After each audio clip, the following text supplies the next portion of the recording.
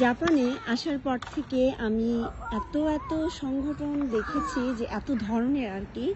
তো এখন আজকে আমি নতুন একটা নন প্রফিটেবল সংগঠনের সাথে পরিচিত হয়েছি। এই সংগঠনটা হচ্ছে মূলত বিভিন্ন পার্কে ওরা যায়, যে এরকম খেলনা টেলনা বিছিয়ে রাখে যেন বাচ্চারা এসে খেলতে পারে আর কি, এবং সাথে ওদের স্টাফ থাকে। তো এই যে এখানে দেখছেন যে কত ধরনের খেলনা ওরা বিছিয়ে রেখেছে বাচ্চারা যেন খেলতে পারে।